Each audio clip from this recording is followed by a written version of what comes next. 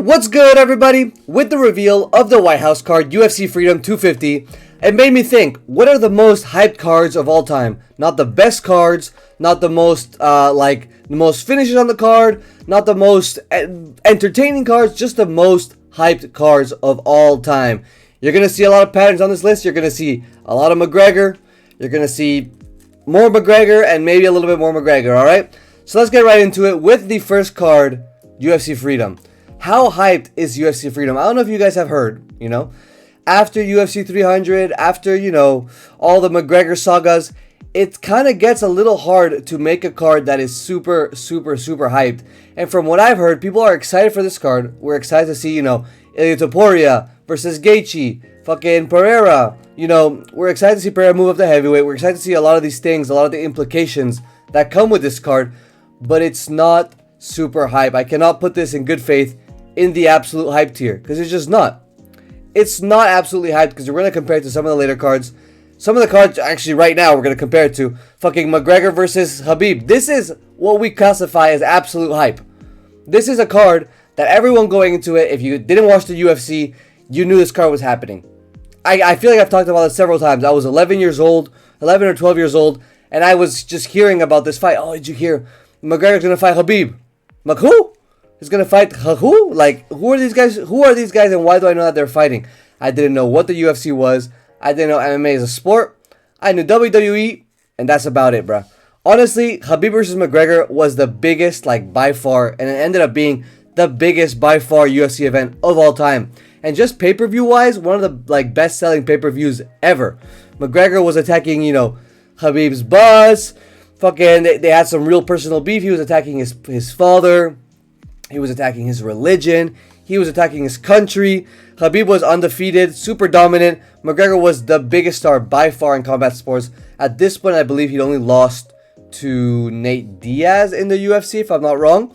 And yeah, man, it was just a clash of just brutality. It was just a clash of hype. It was just a clash of countries, like Russia versus Ireland, the undefeated Russian wrestler versus the guy that looked unbeatable on the feet in McGregor. It was just, I really don't need to explain to you guys how big of a card this was, alright? Next, McGregor versus Alvarez. So this was the first time that the UFC found itself a double champ, and it's when Eddie Alvarez was challenged by McGregor for the belt up at lightweight, right? So as we know, McGregor got the belt right down there at featherweight. He was killing himself to make that weight. Went up and became the first simultaneous double champ in the UFC. And leading up to this was really historical, man. Eddie Alvarez, he wasn't the best lightweight champion there was, and he didn't really sell the fight super hard. But this card was super anticipated for the fact that McGregor was on there and he was gonna challenge for the double belt. This isn't one of the biggest, most hyped McGregor showings of all time, but it is above UFC Freedom, alright? I mean, I guess maybe as we get closer to the card, this card might get more hype, but it's 7 fights versus a Conor card. You can't really go wrong with a Conor card challenging for the fucking double champ status. Nah, there's no way. Next, UFC 100. Lesnar versus Mir 2, bro. We had Lesnar versus Mir, GSP versus Thiago Alves.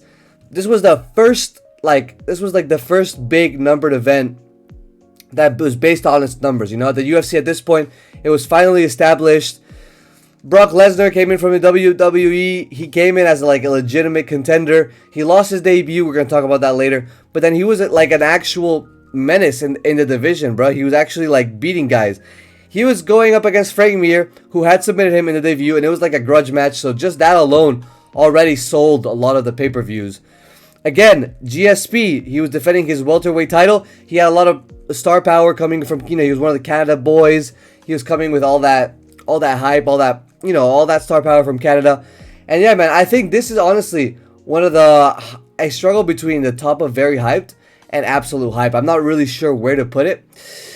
If I had to choose, gun to my head, I'd say this was at the bottom of absolute hype. Because Brock Lesnar, one of the biggest stars. GSP, as we know, he'd be on to become the GOAT of the sport, in my opinion. We'll talk about that later, right? The GOAT of the sport, the best Canadian fighter ever, the best welterweight champion ever, all these things. But at that point, he was just cultivating his star power, racking up title defenses. It was great. All right. Speaking of which, UFC Mir versus Lesnar 1. So this was Lesnar's first debut fight in the UFC against Frank Mir. It was a big coming out party. Everyone was super hyped to have Brock Lesnar in the UFC. He was one of those big stars that leached off of other promotions, all the big I have my homie, shout out Michael. The guys that knew the WWE started watching the UFC, started watching, real fighting because of Brock Lesnar.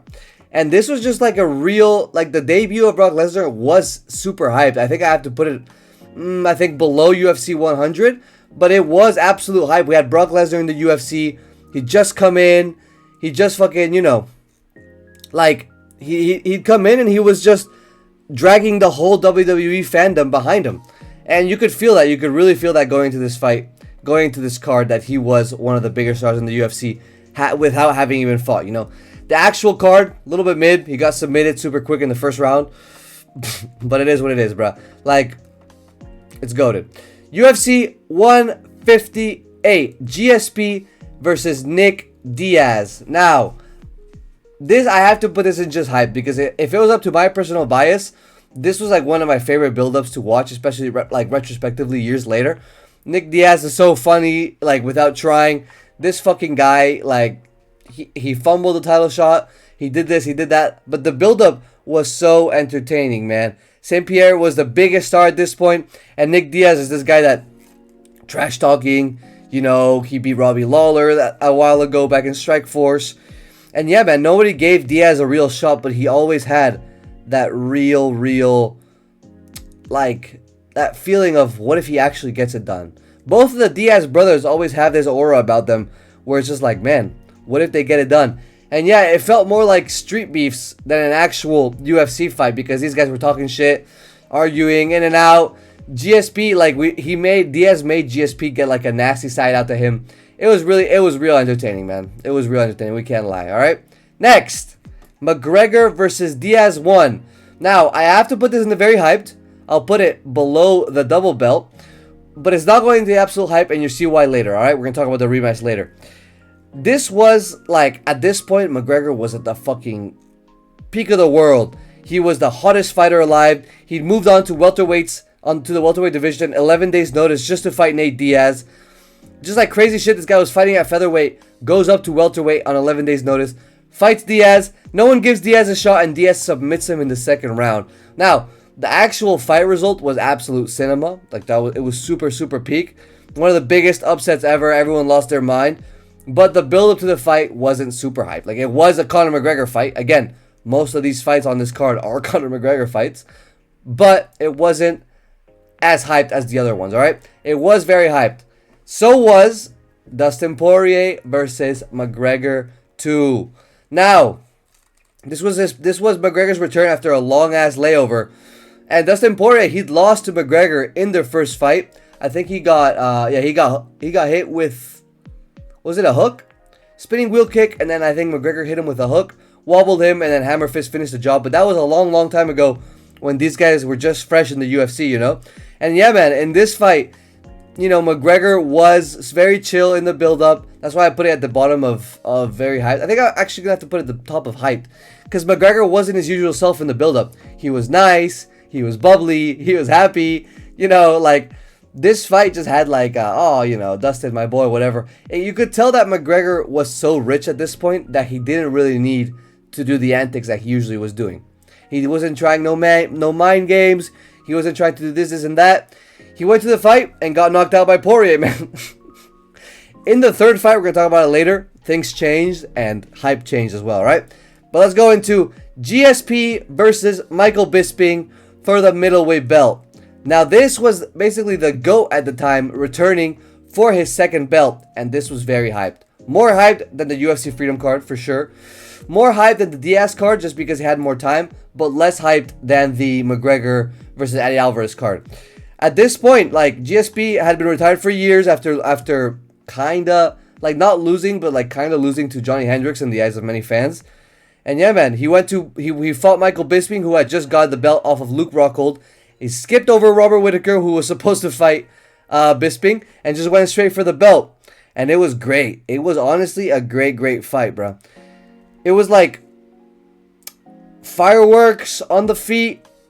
GSP got him down, submitted him. You see those photos of GSP choking Bisping from behind, like on the rear naked. It's such a nasty finish. Love that fight. The build-up was also very hype just because, you know, retired star returning, go to the sport, getting the second belt. It's always going to be hype, all right? Next, now we get into one of the big hitters. Probably the second most hyped card of all time in the UFC, if I have to guess. Conor McGregor versus Jose Aldo for the featherweight belt. Jose Aldo was literally the first featherweight champion, bro. Inaugural featherweight champion. He'd been the champion for a fucking decade. Pound for pound, one of the best in the world, if not the best. And McGregor, just a guy on the come up, had a good mouth, pause, no diddy. And he just talked a bunch of shit in the build-up. No one really gave McGregor a chance. Everyone thought, you know, Jose Aldo's going to beat the brakes on this kid. You see those videos of UFC fighters predicting Jose Aldo versus McGregor. Everyone's like, yeah, man, Jose Aldo got this shit. And yeah, got into the octagon, ended that shit in 13 seconds. The build-up was really crazy. Rio de Janeiro, you know, McGregor going around doing his tour, fucking learning Portuguese just to talk shit. That was absolute cinema. Absolute hype. And yeah, man, at this point, this is when the legend of Conor McGregor became real. Prime Conor McGregor. This is when that whole thing started popping off, all right? Jones versus Cormier 1. This was a hyped card because these guys were talking shit. I have to put it, I think, at the top of hyped, below, yeah, not the top of hype, above Poirier McGregor 2. Again, the Poirier McGregor 2 thing. If McGregor was on his usual antics talking shit, this would have been a way different thing. But yeah, Jones versus Cormier 2 was a big deal. They had that huge fight. Wait, this was the fight. No, this was the fight where they actually had that beef. Whoa. Now that I think about it, I was getting this confused with the second fight. I believe this was the fight where they started they had that press conference. They stared off. They had the Jones. Yeah, that was that one. I have to put that at the third spot. Absolute hype. The press conference. Throwing hands at the press conference. John Jones being outed for being a fake nice guy. It was just great. It was just cinema, man. Like the fights, everyone saying DC was the good guy, Jones was like, you know, the bad guy. It was good cop, bad cop. Just all those narratives going into it, man. I love that fight, man. I love that fight. Don't love how it turned out. You know, it was a 5-round war where Jones did get the decision. But man, these two guys despise each other. The pre-fight brawl, the fucking, yeah, everything, man. The camera incident, all the press conferences. It was great. All right. Next, UFC 200. I have to put this at the top of hyped because it's one of the hundreds, right? One of the big hundos.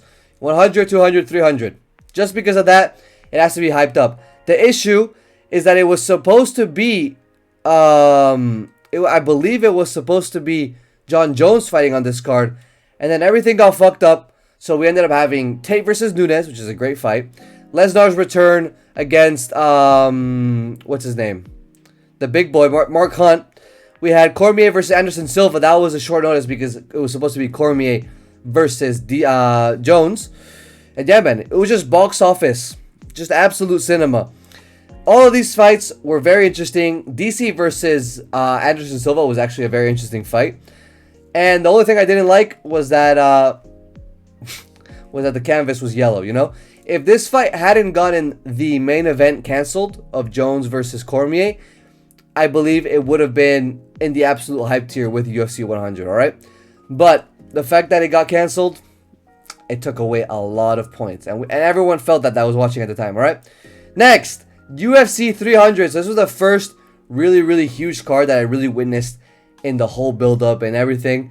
And I have to say, the build-up, the intrigue, the not knowing who was going to headline it. It was supposed to be McGregor maybe, then it was supposed to be this person. Ended up being Pereira versus Hill. That's why I don't put it above Jones versus Cormier 1. But this fight's build-up, it was supposed to be like, man, we're going to have hella title fights, we're going to have this and that. And when it got down to it, we actually did have a lot of fights. We had a ton of hype in the actual fight night itself because the fights were absolute cinema. It ended up being Pereira versus Hill, Holloway versus Gaethje for the BMF title. It ended up being Zhang Wei Li versus who was the other fight? Versus I forget who. Wrong was it? Wrong Zhu? No. One of the Chinese females fighters, but it was just great to watch. Great to watch. The build-up was great, not knowing what was going to happen. The undercard was super stacked. I think we had Yuri headlining the prelims against Rakic. That's fucking crazy. That's nuts. I think we had Cody Garbrandt versus Davison Figueiredo as the opening fight. It's fucking nuts, man. Absolute insanity, all right? Next, Nate Diaz versus Conor McGregor 2. Now, this fight has to go above John Jones and Daniel Cormier 1. And this is the star power, man. This is where you see star power really shining through. Because this fight was so nasty. The rematch was asked for by everyone. Diaz shocked everyone in the first fight. And then it became personal for both of the guys. They both like talk shit. The whole build up. The fight itself was an actual like 5-round war. And McGregor ended up winning by decision, man. Just absolute cinema. UFC 189. McGregor versus Chad Mendes. Now this is a weird one because as we know, it was supposed to be McGregor versus Aldo. So there was some build up, reminiscent from that McGregor Aldo. McGregor Aldo was going on for a long time. It got canceled. It was getting hyped up. It ended up being Chad Mendes, right? So it kind of had some what you would call residue, some residue hype. But in general, this wasn't the most, the most hyped card ever, just because it was an Aldo and it was short notice. Still a very, very electric build-up. They had this is the card that had the Robbie Lawler versus McDonald 2. Right? Yeah, there was this fight. Absolute cinema. The fights itself were good. The actual card hype, I'd say it was probably above Poirier McGregor 2. But just hyped, alright? This is not that it wasn't hyped. It was just not as hyped as the other ones, alright? I have to keep making that clear. Next, UFC 116, Lesnar versus Carwin. These were two of the most terrifying, big, fat fucking heavyweights. Shane Carwin had knocked out everyone he'd faced, and Lesnar was the champion at the time. He'd finally gotten the belt. Carwin, in the first round, nearly beat the fuck out of Lesnar and finished him. And then Lesnar survived and submitted him in the next fight, This was a pretty hyped card, all things considered, again, compared to normal cards, just because it was a Lesnar main event. It was big heavyweights. It was two guys that were super strong and, interim versus, it was unification bout. But still, man, this card, it doesn't get near the level of hype as, I'd say I have to put it probably at the top of UFC, right behind UFC 200. I think right behind UFC 200 is good because UFC 200 was supposed to be a big main event. The big main event being Jones versus Cormier 2, the rematch. One of MMA's greatest rivalries. Jones had been stripped of the title because of steroid use. Came back. Actually, no, he got stripped of the title for other shit. For was the hit and run or something? He came back. Cormier was a champion. And then Jones knocked him out in the second round. It was then, it was overturned, right? Because as we know, Jones tested positive for PEDs. But it was still a very hyped card, very hyped build-up. These guys were talking shit the whole time. It was great. One of the most controversial fights. I think I'd have to put it above UFC 100, below UFC 300, just because this rivalry was just so electric. Speaking of electric rivalries, man, our last entry, Poirier versus Conor 3. Poirier, this was, at this point, this fight was actually charged with some real bad intention. McGregor, he finally snapped out of his nice guy phase. He saw, all right, I gotta get into these guys' heads again. He started shit talking. You could tell it was getting to Poirier, but it got to the fight. And McGregor broke his fucking leg. All right, but we're not talking about the fight. We're talking about the build-up, and this was some good build-up. I think I'd have to put this above UFC 100, but below Cormier Jones 2. Just because it was very hyped. It was very, expected. These guys were 1-1 in their last fights. But it didn't feel as real this time, It didn't feel as real because we knew McGregor, he hadn't shit talked in the second fight, and now he was just doing it to adjust. There was nothing that changed with Poirier, Only difference is that he got knocked out. He just wasn't as invincible. He'd lost to this guy, he'd lost to that guy. It's different, all right? But it was still one of the most absolute hype cards of all time, all right? thank you guys for watching. What do you guys think of this tier list? How would you guys organize these cards, and would you add any ones that I missed on here? Maybe fucking the first UFC event? Would you consider that to be one of the most hyped events? Would you add the finale of, you know, Stephan Bonnar versus Forrest Griffin on here? Because it came with, you know, Save the UFC. It came with the Ultimate Fighter. But yeah, man, thank you guys for watching. I'm going to go put on a shirt, alright? Ciao.